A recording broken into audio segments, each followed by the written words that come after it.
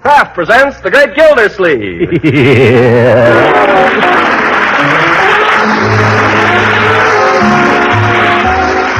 Cheese Company, makers of parquet margarine and a complete line of famous quality food products, presents Harold Perry as The Great Gildersleeve. Kraft brings you The Great Gildersleeve every week at this time, written by John Whedon and Sam Moore. We'll hear from The Great Gildersleeve in just a moment. To add to our enjoyment of the Easter season, there'll be tempting breads, muffins, hot cross buns, and rolls galore served in millions of American homes. And there'll be parquet margarine, too, adding its fine flavor to these baking treats to make them taste extra good. Fit for a feast or an everyday meal, parquet margarine is sure to win praise from your family and compliments from your guests, because this Kraft quality spread for bread has a flavor both delicate and satisfying. Parquet is a splendid energy food, too, one of the very best you can serve. And remember, Kraft fortifies parquet margarine so that every pound contains 9,000 units of important vitamin A. That makes parquet extra nourishing, too. So be sure to always buy Parquet, P-A-R-K-A-Y, Parquet margarine. Ask for the quality margarine that's made by Kraft.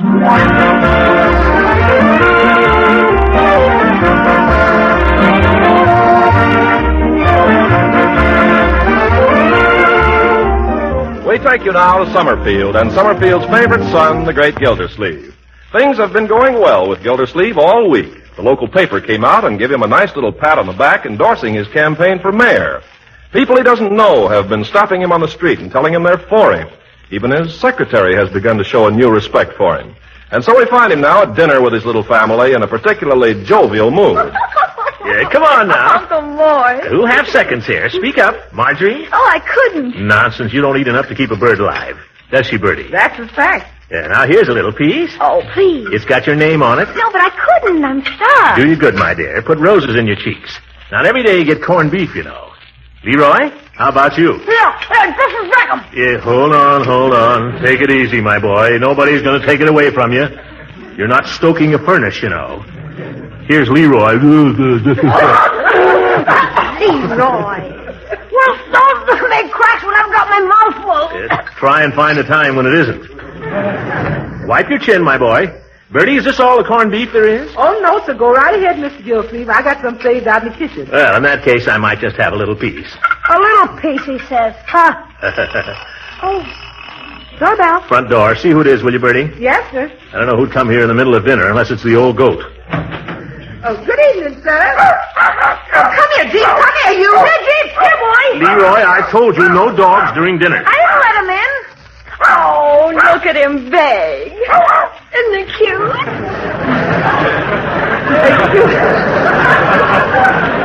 Excuse me, Mr. Gildersleeve. There's a gentleman at the door. Says, could he have a word with you? Who is it, Bertie? Never mind. I'll go see him, Bertie. Sit down, Leroy. I'll go. Leroy, go back and sit down. I just want to see who it is. Will you sit down? Go back and finish your dinner. Okay. Well, hello, Floyd. Come in. I smell cabbage. Hi, Hi, Leroy. Eat your cabbage, Leroy. Say, Commissioner, this is kind of private, if you don't mind. Oh, certainly. Come on in the living room. Jeepers, 7:30. The wife will kill me. What I wanted to say. You remember when you was in the barber shop the other day and I told you might like to meet Clarence Magruder? Oh, yeah, I'm sorry I couldn't wait around that day, Floyd. Well, what do you think? Now Magruder wants to meet you. Well, been hearing about me, has he? Of course, this is strictly on the QT, so keep it under your hat. But between you and me, I think he wants to look you over. That's why he's coming here tonight. Here, tonight? He's coming here? I haven't heard anything. I know. He didn't want to take any chances. Didn't want it to get around that he's talking to you, see? So I told him I'd be glad to do him a favor and drop by and see if you was going to be home tonight. Oh, I'll be at home, all right. Gosh, yes. Gee, if I could get Magruder behind me. You'd be in, because he really knows what's what. He knows what makes this town tick. Oh, you don't have to tell me. Gee, Floyd, I really don't know how to thank you. Oh, that's all right, Commissioner. Just remember who fixed it up for you, that's all. When you get to be mayor, you know what I mean. Don't worry, Floyd. The Gildersleeve never forgets.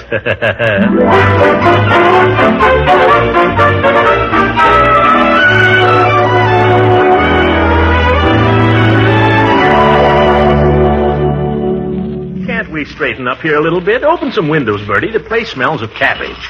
There, that's him. Leroy, come back here. Let Bertie go. Hold it a minute, Bertie. Yes, sir? Now, remember what I told you, both of you. This is very important to me. I want you to keep out of the way. Can't we just peek, Uncle Mort? No, I want you to keep out of sight. But I've never even seen him. Nobody's supposed to know that he's here. Now, run upstairs, both of you, quickly. All right, Bertie. Is my cap all straight? Never mind your cap. Open the door. Don't keep him waiting out there. Mr. Gildersleeve's residence. Good evening. Mr. Gildersleeve in? Whom shall I say is calling, please? Oh, Bertie, that's no way. Show him in. Yes, tell him it's a friend, if you will. I smell cabbage. Oh, Mr. McGruder? I'm Gildersleeve. Come in, won't you? Come right in. Thank you.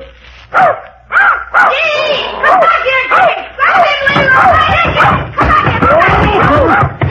Don't be frightened, Mr. McGruder. Just my nephew's puppy. Oh, not at all. I love dogs. Here, boy. Nice little fellow. Leroy, what did I tell you? I couldn't help it, Unc. He got loose. No, don't be too hard on the boy, Mr. Gildersleeve. He didn't mean any harm, I'm sure. Is this your nephew? Yes, this is my nephew, Leroy. Leroy, say how do you do to Mr. McGruder. Hi. Leroy. Fine young lad. I have a boy of my own at home, only he's about 20 years older. And is this young lady? My niece, Marjorie. What are you hanging back for, my dear? Come down and meet Mr. McGruder. Good evening. Well, you're quite a young lady. I bet you have plenty of beaux. How about it, son? They're all over the place. Charming. You're a lucky man, Gildersleeve, to have such a fine family. Yes, I'm pretty lucky at that. Now, kiddies, run along. Mr. McGruder and I have things to discuss. Bye. I'm glad to have met you. Goodbye. Oh, Sonny, come here a minute. Yeah? Ever see one of these before? $silver. Here, heft it. Gosh, it's heavy. Where'd you get it? Keep it. It's yours. What? Keep it. It's a present. Yikes, a whole buck. Leroy, what do you say to Mr. McGruder? Oh, thanks a lot. Very nice of him to give it to you. Now, run along. Come on, kids, come on, boys. Shall we step into the parlor, Mr. McGruder? It's a charming home you have here, Gildersleeve. Charming. Oh, thank you. Sit down, Mr. McGruder. Make yourself comfortable. Oh, I can't stay. Matter of fact, I just dropped by. I've been hearing a lot about you lately, and I thought I'd sort of like to make your acquaintance. I suppose you'd like to know where I stand on a few public questions and so forth. Oh, no, nothing like that. Just a little social call. Well, I'm glad you came over, because I'd like to make my position clear right at the start. Your position? About what? I understand you've got a lot of influence in this town, Mr. McGruder. Well, now, you don't want to believe everything you hear, but such influence as I have, I might be glad to throw behind your campaign if conditions were right. Well, I want you to understand, if I'm elected mayor here, I'm going to be the mayor. I'm glad to hear you say that. I'm not going to allow myself to be dictated to by any person or party. That's the way I like to hear a man talk. You do? Certainly. That's the kind of a mayor this town needs. Well, in that case, I don't see why we shouldn't be able to get together. No reason at all. Now, as you may know, I have a small interest in a little construction company here in town. We have certain paving contracts for the city. Mr. McGruder. Just a minute now, please. These contracts are all settled. They've all been approved. They're all open and above board. Well, if they're all open and above board, I don't see that we've got anything to worry about. Well, I haven't. All I want is to be sure that some hothead doesn't get in there who's going to start rocking the boat just to make a show, you know. Now, if you can give me that assurance, I think I can practically guarantee you... Mr. McGruder, you can count on me 100%. Oh, well, now, hold on. I don't want you to think I'm rushing you into anything. Mr. McGruder, I'm a man of quick decisions. Well, now, you take a little time to think it over. Take a day. Take 2 days. Oh, take a week. I don't need a week. Well, you sleep on it anyway, then let me know how you feel, huh? It's nice to make your acquaintance, Gildersleeve. Hope we can get together on this. I'd like to see you in the mayor's office, because I don't mind telling you, I like the cut of your jib. Oh, thanks. I like the cut of yours.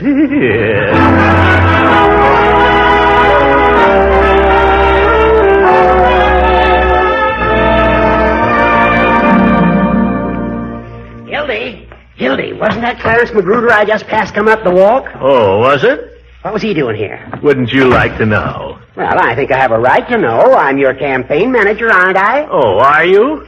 You've resigned so many times, Judge, I can't remember. Oh. Gildy, can't you take a joke? Come on. What was McGruder doing here? Curiosity killed the cat, Horace. What do you want? Come on, tell. You're worse than Leroy. Is he going to back you? Is he? Possibly, if I decide to let him. If you let him? Gildersleeve, are you crazy? If you get McGruder on your side, you're in. So they tell me. Why, you're as good as mayor. This is wonderful. Well, I'm going to think it over. What for? What do you want to think for? Now, come in here and sit down. I want to talk to you. I'm sorry, Judge, I can't. I have a date. Date? I have a date with Destiny. Destiny? Yeah, and if you'll excuse me, I think I'll call her up. Yeah. Now, Gildy, listen to me. Be sensible. This is just the point where you need some good sound advice. That's just what I'm going to get, Judge, but not from you. Good night. Gildy! Good night, Horace. Sorry you have to run. But, Gildy, don't push me. Nighty-night, Judge. Oh, good night. Now. Hello, Central. Give me heaven. La-da-dee-da-dee. Hello? Eve? Throckmorton? Yeah. I got news for you, Eve. I'll be right over.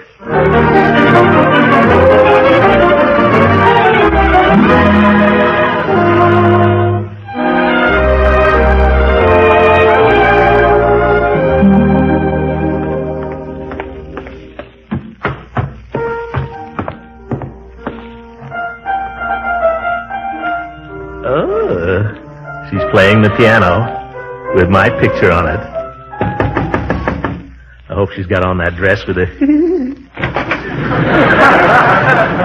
Hello, Throckmorton. Oh, hello, Eve. I heard you playing the piano. Yes, come in. Thank you. You know, I'm beginning to like Beethoven. Oh, I'm glad to hear it. Of course, I was playing Chopin. He's good, too. Eve, will you go to church with me tomorrow, Easter? I'd love to, Throckmorton. Oh, great. You better get used to walking up and down that old church aisle with me anyway. Really? Why? Because you and I will be walking up that aisle as Mr. and Mrs. one of these days. You seem awfully confident. I am. I'm going to be elected mayor, Eve. And you know you promised. Sit down, Throckmorton. Let's sit on the sofa. I don't dare when you're feeling so sure of yourself. I'll be good. Here, come on. All right. Now, why are you so certain you're going to be elected all of a sudden? I just talked to Clarence Magruder, that's why.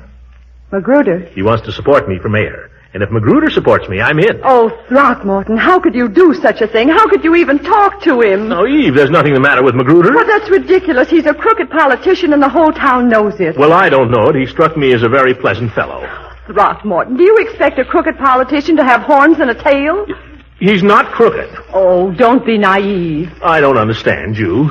It was your idea that I should run for mayor in the first place. Now that I'm making a little progress, you don't like it. It was never my idea for you to win the election dishonestly, Throckmorton. There's nothing dishonest about it. I haven't agreed to anything. All I told you... I don't believe I care to discuss it anymore, if you don't mind. Eve! I'm terribly disappointed in you, Throckmorton. Will you go now, please? You can't kick me out of your house. Please. I'm leaving in my own free will. By George, young lady, you can push me just so far and no farther. Goodbye. Goodbye. Pardon me. Forgot my hat. Goodbye.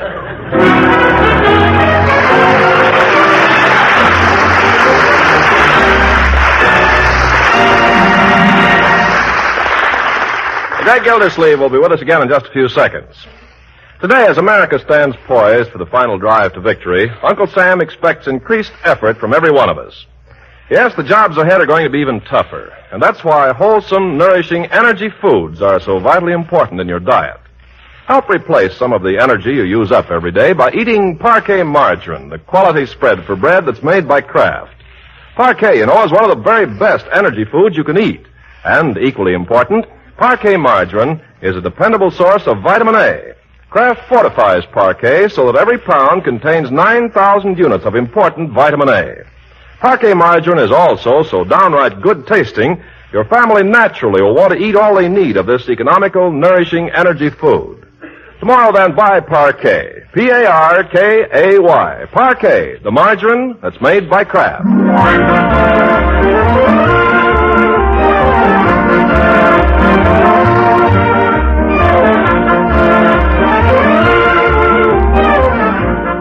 Now let's get back to the great Gildersleeve. It's a beautiful Easter morning, and Gildersleeve is resplendent in Easter finery, for the family is about to leave for church. But our friend seems to have something troubling him. Hey, Doc, what do you think? A crocus came up in the front yard right exactly on Easter. Hey, crocuses have been up for a month. Maybe it's a tulip. Whatever it is, it wasn't there yesterday. That's Easter for you. It has nothing to do with Leroy. What's the matter, Unc? Look at the mud on your shoes. Confound it, 5 minutes ago you looked like a gentleman. Oh, Now... my gracious, he's tracked it all over the road. Yeah, take off those shoes, young man, and go out on the back porch and clean them. Oh, gosh, you don't have to get sore. What's the matter? You sick? Shoes, Leroy, now. Okay. When you get them clean, sit with your hands folded till it's time to go. Oh, my goodness, I hate to let anybody in here with that mud all over. Oh, good morning, Miss Ransom. Good morning, Bertie. Happy Easter to you. The same to you. Happy Easter, everybody. Happy Easter, Leela. Happy Easter. Yeah. Leroy, go out and clean your shoes. I'm going. Throckmorton, I must say you don't sound very joyous today. Easter's a time for rejoicing, you know. What do you think I should do, skip around like a billy goat? Throckmorton, aren't you feeling well? I feel fine. Why does everybody keep asking me that? Well, I don't want to bother you. I just came over to ask you a question. What? Do you think this hat is too silly for me to wear to church? I don't know anything about things like that, Leela. The hat doesn't look any sillier than... it's all right, I guess. Oh, dear, now I'm not sure. What do you think, Marjorie? Well, I think it's lovely. Oh, I'm so glad. I wouldn't want anybody to think I was being too frivolous on Easter. Well, I better get my hat on. We'll have to be starting in a minute. Throckmorton, would you mind if I walked to church with you? Why, no. I thought you'd be going with... what's his name? Arthur? Yes. Oh, but Arthur and I have had a misunderstanding. I thought I told you. Well, yes, you did, but I didn't know it was going to be permanent. Oh, it's not. But I would like to show him I'm not dependent on him for an escort on Easter Sunday. Do you mind? Why should I mind? As a matter of fact, Eve and I... Oh, have you had a misunderstanding too, you poor darling? Well, I suppose you'd call it that. Oh, no wonder you don't feel so Eastery. Well, we'll just show them, won't we? I don't know. What can we show them? But they're not the only pebbles on the beach, that's what. All right, we'll show them. Throckmorton, it's quite a coincidence that we're both having misunderstandings at the same time, isn't it? Yeah, quite a coincidence. Well, we might as well make the best of it. I mean, we might as well stick together, don't you think so? Huh? What do you mean by that, Leela? Oh, nothing in particular. No, see here, Leela. Who the dick... Excuse me. Eve! Good morning, Throckmorton. Well, if that isn't a school teacher for you. Had you forgotten you asked me to go to church with you? Well, no, but I don't know what gave me the idea you weren't coming. Well, would you rather I didn't? Oh, no. Well, I've decided I wasn't quite fair to you yesterday. You have? Well, Eve, I'm sorry I lost my temper. Aren't you going to ask me in, Throckmorton? Oh, yes. Come in. Come in and join the party. Thank you. I thought for a moment... Oh. Good morning, Mrs. Ransom. Good morning, Miss Goodwin. Oh, well, there'll be quite a delegation going to church, won't we? Are we all going? Oh, yes. Leela and Dr. Hargrave. Dr. Hargrave had to go and see a patient. Yes, a patient. So Leela... So when Throckmorton asked me to go to church with him, I was glad to have an escort, naturally. Naturally. Leela, it was your idea. Throckmorton, what's the trouble? Don't you think you're a big enough man to squire two ladies in the Easter parade? Who isn't big enough? We better get started, too. Marjorie, Leroy. I'll be right down, Uncle Moore. Are we going now, Uncle? Yes, my boy. And the shoes look fine. So try to walk carefully and keep them that way. Okay. Here's a quarter to put in the collection plate, my boy. Thanks. Oh, here's another quarter. Put that in, too. Thanks. But be very sure that I hear 2 clinks. Come on, everybody.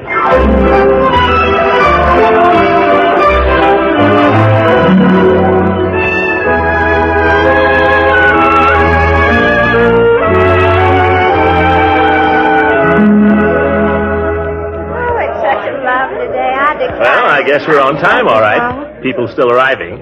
Oh, good morning, Mrs. Parker. Same to you. Oh, I love to see you raise your hat, Throckmorton. He does it beautifully. Oh, excuse me a second. I want to go over and speak to old Mrs. Carrington. All right. Eve, about Leela. It wasn't my idea to take her to church, you know. She's having a little trouble with Dr. what's his name? I understood that perfectly, Throckmorton. You did? You see through the darndest things. Gosh, Don't worry about it. Oh, isn't old Mrs. Carrington a darling? She says my hat is perfect for Easter. I was still worrying. Why worry, Leela, What are you poking me for? There goes Arthur. He's pretending he doesn't see me, but he does. Oh, for goodness sakes, Leela, can't you get your mind off Arthur? We're going to church. Let's go in.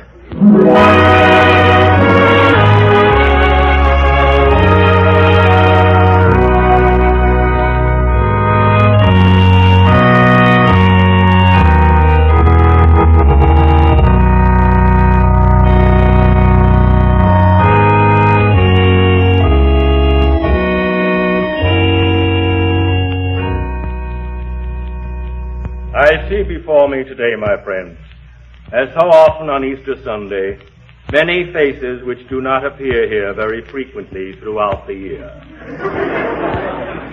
So perhaps I may be forgiven if I take for my text today a thought which is not one I would ordinarily choose for an Easter sermon, but one which seems particularly appropriate in these times. Sit still, Leroy.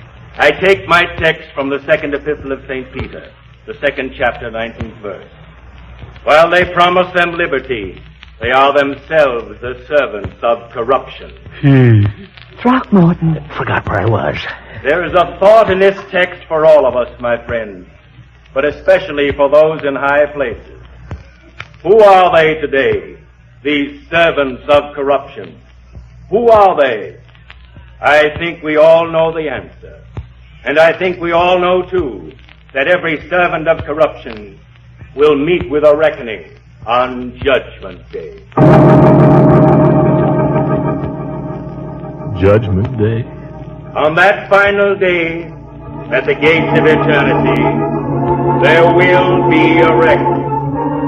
To promise one thing, my friend, and to mean another, to be a servant of Gates of eternity.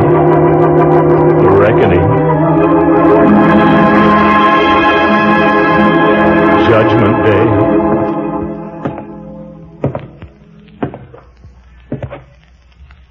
Say, this is quite a place. Quite a place. Pardon me, are you the, Just a minute, please. I got to fill out this report. Are you in charge here? Well, I'm in charge of the gate. Something you wanted? Say, don't I know you? Haven't I met you somewhere before? Not that I recall, and I have a pretty good memory. Uncanny. Well, I don't know if you're the one. You wanted to get in, I suppose. They all do. If you're applying for admission, Mr. Gildersleeve, we have quite a list. Who told you my name? That's part of my job. Uncanny. We have quite a list of people waiting for admission, but if you'd care to leave your name... Well, I'm not ready to apply just yet. I just thought I'd kind of like to see how I stood and, find out if I'm eligible. That is, if it's not too much trouble. Oh, not at all. We have the records here. Just get my glasses on. Now, let me see. Gildersleeve, Throckmorton P. That's it. What does it say? Please, I'll read it. Oh, sorry. Go ahead. What does it say? Let's see. 1923, 24, a few minor peccadillos. Here, 1942, on your income tax return for that... I swear that later. Oh, yes, I see another entry here. But how about this one? What's that? April 8th, 1944. That's yesterday. Oh. That wouldn't be what you came to see me about, would it? I don't know what you mean. I find the name Magruder here, Clarence Magruder. Does that mean anything? Oh, about that, I'll tell you. That's okay. It's all open and above board. Is it? There seems to be something about certain city contracts. Those are okay. I understand they've all been approved. You're satisfied to let them stand? Well, it's not my responsibility. It's no business of mine. If they've been approved, they've been approved. I'm sorry to hear you say that, Mr. Gildersleeve. Why? You know why. Who approves contracts in Summerfield? The controller's office. And who is the controller? H. Prentice Magruder. Any relation to Clarence? His brother. Good day, Mr. Gildersleeve. Oh, wait a minute. Don't close the book. Give me a chance. I didn't promise Magruder anything. You stay there. I'll take care of it. I'll take care of it.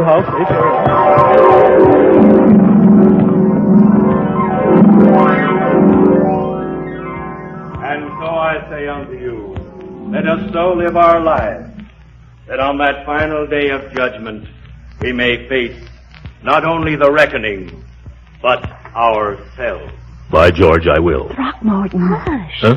Oh, sorry.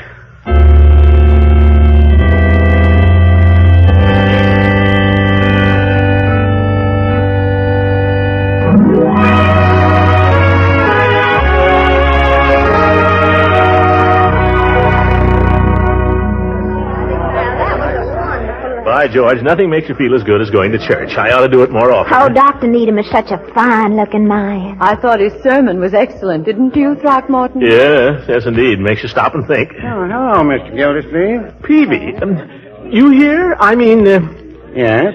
Nothing, Peavy. Happy Easter. Happy Easter, Mr. Gildersleeve. Oh, excuse me, your wife. Oh, dear. Uncanny. Well, girls, let's start along, shall we? Bertie's got a fine big dinner waiting. Commissioner, Mr. Gildersleeve. That barber person is calling to you, Throckmorton. Oh, ladies, excuse me a moment, will you? Hi, Commissioner. Yes, Floyd, what is it? His Nibs is looking for you, Magruder. He's around here somewhere. Floyd, you tell your friend Magruder. You tell him for me. Yeah? Well, you just tell him, that's all. Tell him why. Oh, here he is. Here's your man, Mr. Magruder. I found him for you. Listen, I'm not Magruder's man or anybody else's. From now on, I'm beholden to nobody. No. Take it easy, my friend. Don't call me your friend. Not so loud. I'll talk as loud as I like. I'll talk a lot louder before I'm through. Now, Commissioner, I think that's going a little far. You keep out of this. Now listen, Gildersleeve. When election day comes around, you know where you're going to be? Yeah, I'm going fishing with Wendell Wilkie. Now get out of here.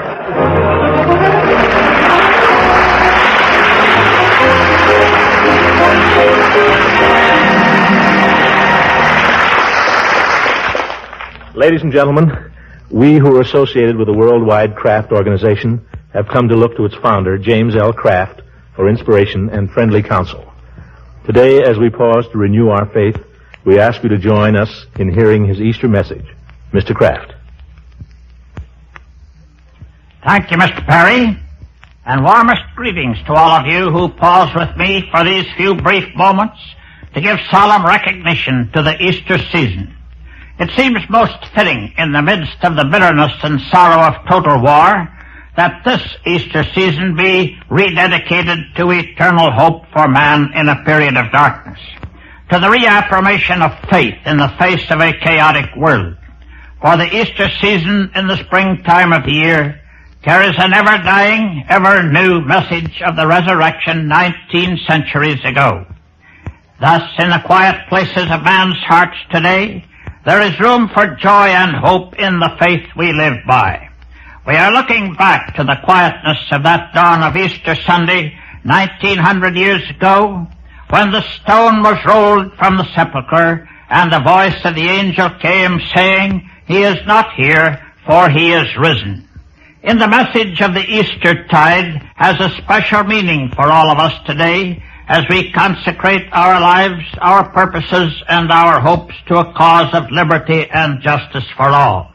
A cause well worth dying for, a cause surely worth living for. Let us remember that during this Easter season in many countries, spiritual faith alone is keeping alive the hopes of millions of oppressed and destitute peoples. Our posts of duty are many and varied as we look forward to the tasks which lie ahead. Millions of our young men have left their beloved homeland to fight for all that they and we hold dear. Many more, dedicated in high faith, will follow them. Standing shoulder to shoulder with them are the millions here at home, millions who now, in this sacred season, are dedicating themselves anew to the great unfinished task which lies ahead, with faith in ultimate victory over the powers of oppression. Let all of us stand united with courage born of this our faith, that we may someday say, as did the disciple of old, "I have fought a good fight, I have finished my course, I have kept the faith." Thank you, Mr. Kraft.